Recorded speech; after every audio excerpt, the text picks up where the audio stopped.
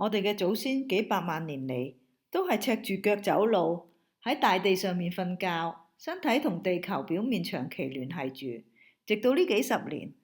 我哋徹底改變咗生活方式，着上膠底鞋，住入咗高樓大廈。生活雖然方便咗，但我哋變得同大地失去接觸，失去咗大自然賦俾我哋一個非常之重要調節健康嘅工具。我哋嘅身體同幾百萬年嚟嘅人類一樣，絕大多數嘅能量都係由細胞入面微細嘅粒線體產生嘅。佢哋就好似電池咁，透過電子傳遞鏈產生生命所需嘅能量 ATP。近年嘅科學研究發現，佢哋嘅運作受周圍嘅電場、磁場同埋光線環境影響，而我哋嘅日常生活正正隱藏咗好多電磁場同光線嘅雜音，干擾我哋體內嘅電子程序，長期地影響我哋嘅健康。我而家就喺屋企測試下電場俾大家睇下，當個錶響嘅時候，就代表已經超出安全標準。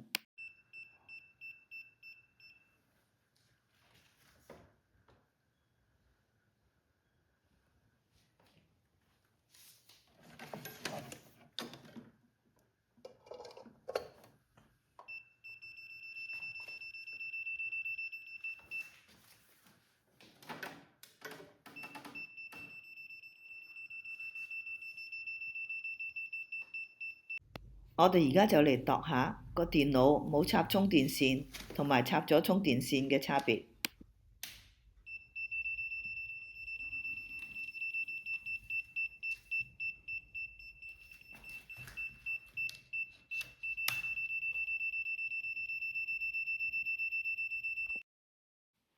地球其實就好似一粒充滿能量嘅超級大電池，佢嘅表面充滿着無數嘅電子。當你接觸大地，地球嘅電子就會流入你嘅身體，等你嘅身體嘅電位 potential 與大自然同步。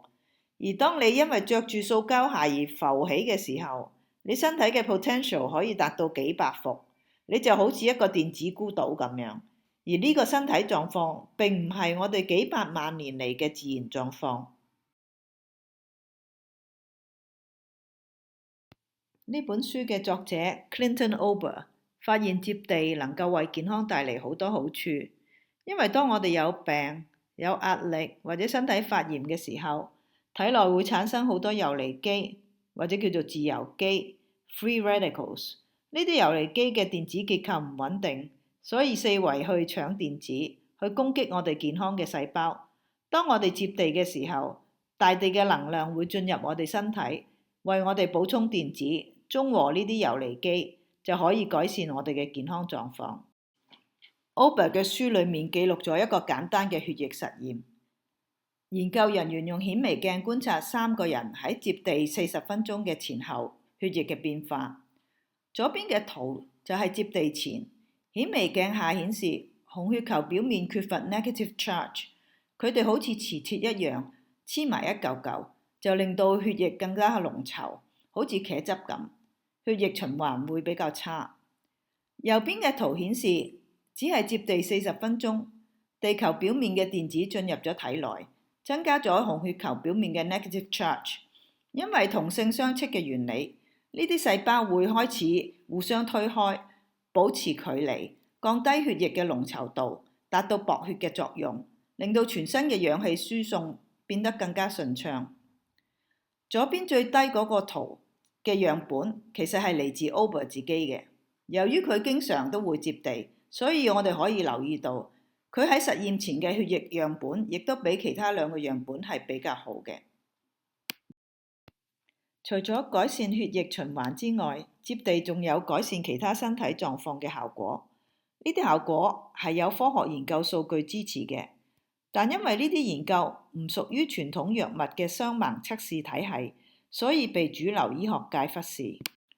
醫生唔會叫你返屋企接地，唔代表接地冇用。英國單車隊橫掃2012年嘅倫敦奧運，唔單止打破咗9項世界紀錄，更贏咗8項金牌。當時嘅英國單車隊其中一個秘密武器就係俾啲選手喺瞓覺嘅時候使用接地嘅器材，加快佢哋每日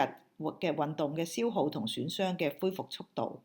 成為當年英國隊嘅秘密優勢。當然，時至今日，呢啲知識喺運動界已經普及化，特別係喺極限運動界，例如好多環法嘅單車手都會用接地嚟幫自己加快恢復到最佳狀態。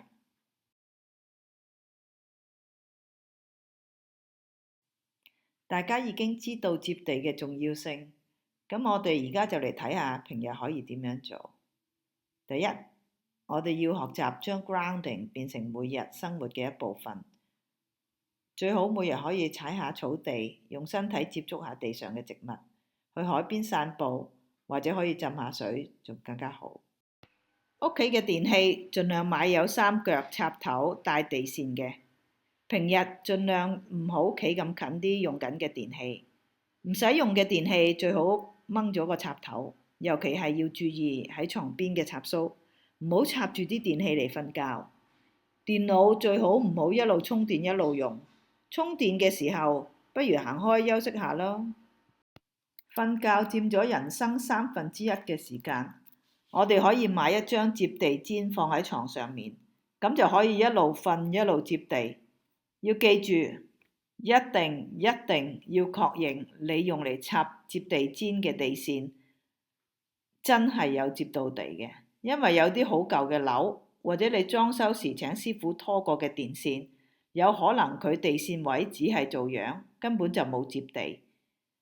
你上網買接地氈嘅時候，有啲會搭埋一個測地線嘅筆俾你自己測下。